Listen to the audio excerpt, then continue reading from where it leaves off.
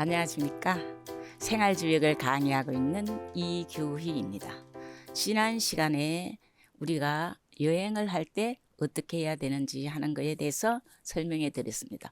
오늘은 그에 이어 57번 여행을 했다가 외출했다가 돌아올 때 어딘가 들어갈 때는 어떻게 들어가야 하는지, 어떠한 마음과 어떠한 자세로 들어가야지 하는 중풍송깨에 대해서 설명해 드리겠습니다.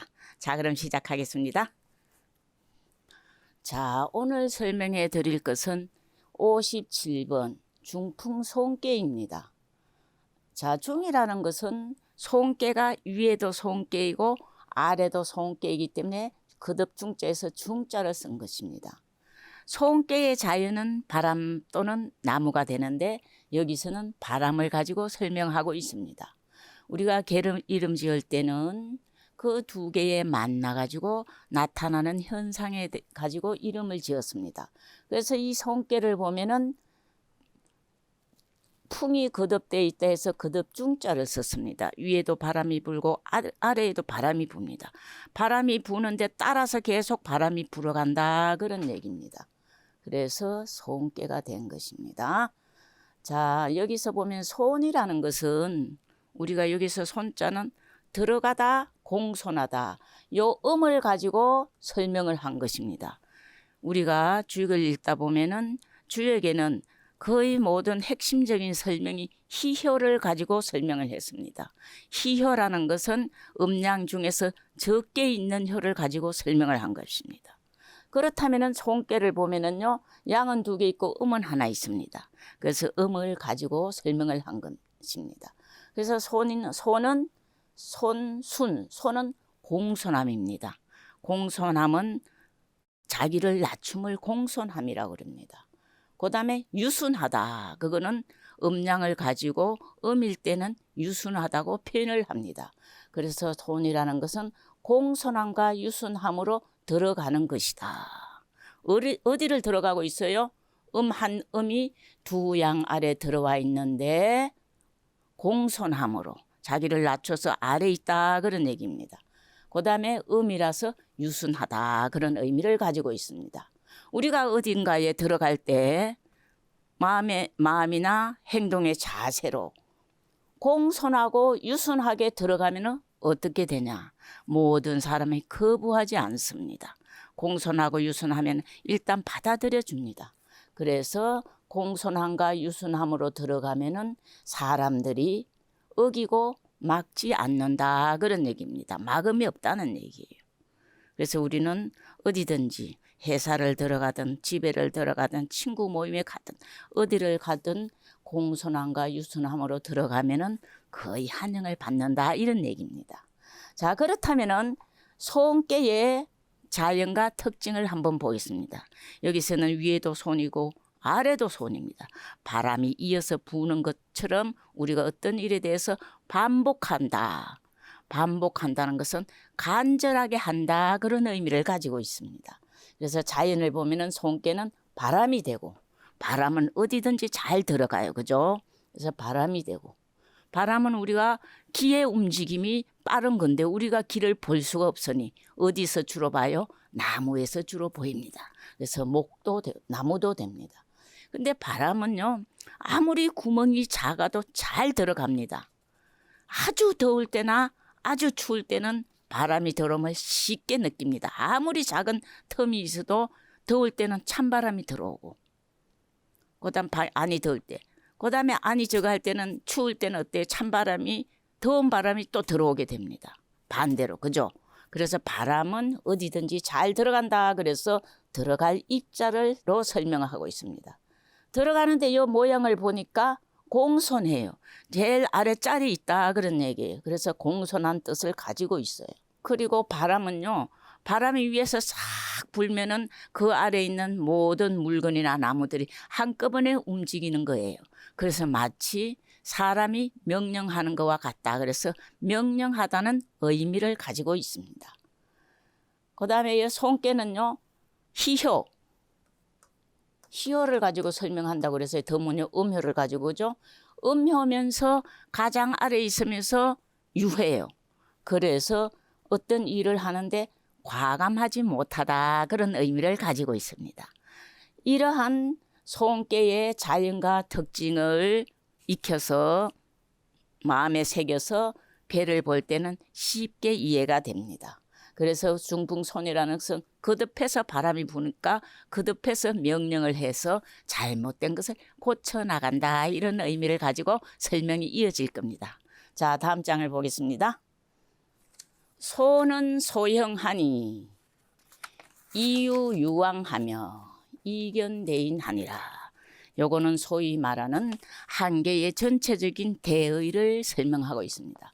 괴사 또는 단사라고 표현을 합니다. 그죠? 괴사, 개 전체의 요점 정리가 됩니다. 손께는 조금 형통하니 크게 형통하지 않고 조금 형통한다 그런 얘기입니다. 가는 바를 둠이 이로우며 어떤 하고자 하는 일을 우리가 미래 예측을 했을 때 손께가 나오면 하고자 하는 일을 이로우며 함이 이로우며 대인을 만나봄이 이롭다 그런 의미입니다. 자, 그러면은 자세히 보겠습니다. 자, 여기서 보면은 조금 형통한다.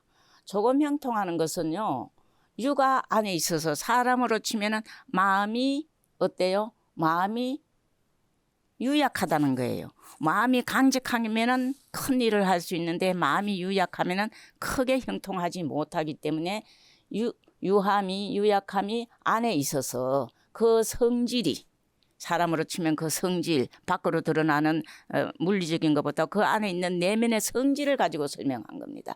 그 성질이 유약하기 때문에 조금 형통한다 그렇게 표현을 했습니다. 자, 그다음에 이견대인이라고 그랬는데 마음이 유약할 때는 어떤 사람을 만나면 돼요? 중정하고 강직한 사람을 만나면 되거든요. 그래서 대인을 만남이 이롭다고 그랬는데 대인이라는 것은 여기서는 중정의 덕이 있는 오효를 설명하고 있습니다. 그래서 오효를 만나보면 이룬 효는 오효에 가장 가까운 효가 됩니다. 오효에 가장 가까운 효는 사효니까 사효를 가지고 설명을 한 겁니다. 자, 우리가 이제 사효에 보면은 대인을 만나는 그런 과정이 나옵니다. 다시 한번 볼까요? 소는 소형하니 이유유왕하며 이견대인하니라. 손께는 조금 형통하니 왜냐하면은 안에 여기도 아니고 여기도 아닌데 그 안에 두 음이 있어서 유약하기 때문에 성질이 유약해서 조금 형통한다 그런 얘기입니다. 그죠? 조금 형통하니 가는 바를 둠이 이루며 우리가 미래 예측했을 때 손께가 나오면 하고자 한 일을 함이 이루며 그런 얘기입니다.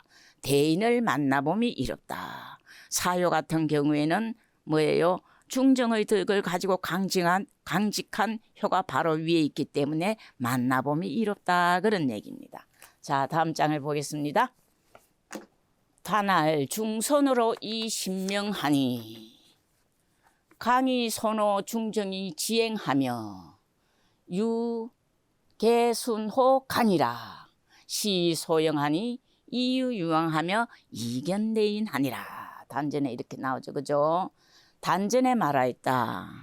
단전은 괴사를 쉽고 그 재료 하나하나를 가지고 설명한 것에 해당합니다. 이거는 공자가 썼습니다. 그죠? 단에 말하였다. 단전에 말하였다. 거듭된 손으로. 자, 손께가 위에도 손, 아래도 손 거듭됐다는 얘기예요. 거듭. 그죠? 거듭된 손으로. 뭐를 해요? 손께의 특징은 명령한다. 그런 특징이 있다 그랬어요. 그죠? 거듭된 손으로 명령을 거듭하니 강이 중정에게 손순하고 강이 중정에게 성순하고 뜻이 행해지며 손순의 뜻이 행해지며 유가 모두 뭐예요? 유가 모두 강에게 순종한다. 초효나 사효나 모두 강 아래에 있다 그런 얘기입니다. 강에게 순종한다. 이 때문에 조금 형통하니 유를 가지고 설명했기 때문에 조금 형통하니 그렇게 설명이 됩니다. 조금 형통하니 가는 바를 둠이 이루며 하고자 하는 바를 함이 이로우며 대인을 만나봄이 이롭다. 자세히 보겠습니다. 자, 중손이라는 것은 거듭 말씀드렸지만 손께가 거듭돼 있으니까 상하께가 손께임을 말하고 있습니다. 이 신명이라는 것은 손께의 특징은 조금 전에 했듯이 어떤 거예요? 손께의 특징은 명령하다 그런 뜻이 있습니다. 명령하다. 그죠? 그래서 거듭이 있으니까 손께의 덕으로서 말한 것이다. 손께의 덕은 명령하다, 또 가감하지 못하다, 또 뭐가 있어요? 들어가다, 공손하다 이런 특징이 있는데 여기서는 명령을 가지고 설명을 한 겁니다. 그 다음에 세 번째 나오는 이유융하다. 가는 발을 둠이 조금 이롭다. 우리가 개사에서는 뭐를 가지고 설명했어요? 유약함을 가지고 유약함의 성질을 가지고 설명했는데 여기서는 좀 더 개념을 포괄해서 넓혀가지고 어떻게 표현을 했냐면요. 법령으로서 인도하기 때문에 남을 이끄는 데 대해서 덕으로서 이끄는 것이 아니고 법령으로서 인도하기 때문에 조금 형통한다 그렇게 표현을 했습니다. 유약함에서 조금 개념을 넓혀서 설명한 것에 해당됩니다. 논에도 보면은요. 북두칠성이 그 자리에 있으면 무별들이 거기를 둘러서 아는 것처럼 덕으로서 인도를 하면은 크게 형통한다 그런 뜻입니다. 그러면 여기서 왜 법령이 왜 나왔습니까? 손께 자체에는 명령이 있기 때문에 법령을 가지고 설명한 것입니다. 자, 다시 한번 볼까요? 단할 중선으로 이신명하니 강의 순호 중정이 지행하며 유개순호 강이라. 시소영하니 이유유왕하며 이견대인하니라. 단에 말하였다. 거듭된 손으로, 거듭된 손이라는 것은 내께 외께가 모두 손께로 돼 있다 하는 상하께를 가지고 설명했다 그렇게 얘기를 했습니다. 그죠? 강의 중정에 손순하여, 강의 중정에 손순하여 오효를 가지고 설명한 것입니다. 강의 중정 안에 들어가 있다 그런 얘기, 그죠? 이효는 어때요? 강의 중정에 정은 아니에요. 중은 되는데 정은 아니죠. 중정의 개념을 보면은요, 뭐예요? 정은 제자리를 얘기하고 있습니다. 기위. 중은 뭐예요? 중은 중의를 얘기하고 있습니다. 가운데 자리. 그래서 오효를 보면은 중정의 덕이 있습니다. 가운데 자리에 있으면서 뭐예요? 제자리를 얻었다 이런 얘기예요. 그래서 오효를 가지고 설명을 하고 있습니다. 강의 중정에 손순하여, 걔 자체가 손순이 되니까 손순하여 뜻이 행해지며, 그렇다면 우리가 미래 예측을 했을 때 중풍성께 오효가 나오면 뜻이 크게 행해질 겁니다. 그죠? 뜻이 행해지며 유가 모두 강에게 순종한다. 내께에도 유가 있고 외께에도 유가 있는데 그 유가 어떻게 돼 있어요? 위에 두 강이 있는데 거기서 아래에 있으니까 순종한다 그렇게 표현을 한 것입니다. 유가 모두 강에게 순종한다. 초효와 사효로서 설명을 한 것입니다. 이 때문에 조금 형통하니, 유를 가지고 설명했을 때는 조금 형통해. 그 성질을 봐서는 내면이니까 내면이 유약하니까 조금 형통한다 그렇게 표현을 했어요. 조금 형통하니 가는 바를 둠이 이로우며, 하고자 하는 바를 함이 이루며, 미래 예측했을 때 어떤 게 나왔을 때, 유가 나왔을 때 하고자 하는 바를 함이 이루며 대인을 만나봄이 이롭다. 자, 대인이라는 것은 중정의 도를 가진 오효를 가지고 설명하고 있습니다. 오효는 왜 대인이에요? 정중, 바른 자리와 제자리와 중이 중덕을 가지고 있기 때문에 대인으로 본 거예요. 그럼 대인이 바로 옆에 있는 효는 사효가 되니까 아마 이따가 효를 볼 때 사효에서는 좋은 일이 많이 있을 겁니다. 자, 그러면은 다음 장을 보겠습니다. 상활 수풍이 손이니 군자이하야 신명행사 하나니라. 수풍이 손이에요. 그죠? 상에 말하였다. 상은 사실은 두 가지가 있습니다. 대상전이 있고 소상전이 있습니다. 대상전이라는 것은 한 개의 육효를 통틀어서 설명할 때는 대상전이라고 표현을 합니다. 자, 그러면 여기서는 대상전이니까 이 육효를 통틀어서 설명하고 있습니다. 상에 말하였다. 따라서 계속 이어부는 바람이 손께이니 위에서 바람이 불고 아래서 또 따라서 불어요. 그래서 따라서 계속 이어부는 바람이 손께이니 군자가 이치를 본받아서 명령을 거듭하고 명령 이렇게 하자 저렇게 하자 명령을 한 번만 하지 않고 거듭한다는 뜻이에요. 거듭한다는 것은 간곡하게 한다는 의미를 가지고 있습니다. 명령을 거듭하고 정사를 행한다. 자세히 볼까요? 자, 수풍이라는 것은 거듭거듭 나오지만 서로 이어서 부는 바람을 설명하고 있습니다.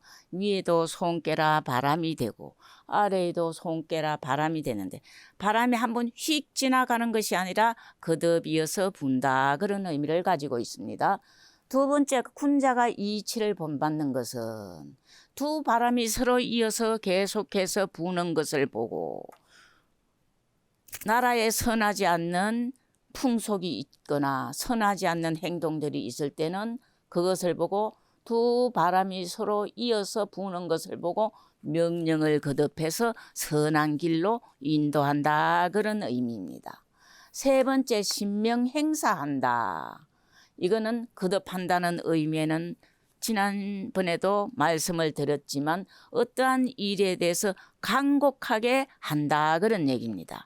우리 바람이라는 것은 뭐예요? 자연의 바람이라는 것은 하늘의 호령어도 하늘의 호령, 하늘이 명령을 하는 것이다, 호령하는 것이다 이렇게 보는 경우도 있습니다. 그 다음에 명령을 한다. 이것은 소음계에서는 명이라는 명령을 한다는 의미가 있는데 명령은 누구의 명령이다? 군주가 호령하는 것을 가지고 설명하고 있습니다.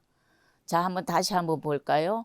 중풍소음계의 상활은 대상전을 의미하고 있습니다. 위에도 뭐예요? 바람이고 아래도 바람이니까 중풍손이 된 것입니다. 그래서 보면은 상활 수풍이 손이니 군자야야 신명행사하나니라. 상에 말하였다. 따라서 계속 이어부는 바람이 손께이니 태풍 같은 것도 보면은 한 번에 가고 말지만은 잔잔한 바람이 거듭 이어서 부는 것을 보고 천지의 하늘이 바람을 갖다가 자연의 뭐예요? 호령으로 생각하고 그 다음에 사람이 명령하는 것, 군주가 명령할 때는 사람의 호령으로 봐서 불선한 것을 선한 것으로 고쳐나가도록 간곡하게 하기 때문에 뭐라고 표현을 했어요? 거듭 이어서 명령한다 그렇게 표현을 한 겁니다. 그래서 따라서 계속 이어부는 바람이 손께이니 군자가 이치를 본받아서 바람이 계속 부는 것처럼 잘못된 것을 고칠 때는 반복해가지고 명령을 해가지고 반드시 선으로 고치게 만든다 그런 의미까지 다 내포하고 있는 겁니다. 군자가 이치를 본받아서 명령을 거듭하고 명령을 간곡하게 하고 정사를 행한다. 불선이 있으면은 선으로 이끌어 나간다 그런 얘기입니다. 자, 오늘은요 우리가 중풍손께의 개념에 대해서 알아봤습니다. 처음에 개사가 나오고 개사를 자세하게 풀이한 단전이 나오고 그 다음에 6효 전체를 갖다가 통괄해서 설명하는 대상전에 대해서 알아보았습니다. 손께라는 것은 뭐예요? 우리가 역계담의 손께를 이었습니다. 역계는 집을 밖을 나가서 여행하는 것에 해당됩니다. 어디든지 나갔다가 어딘가에 들어갈 때는 이거는 손께는 들어가는 것에 대한 자세한 설명을 하고 있습니다.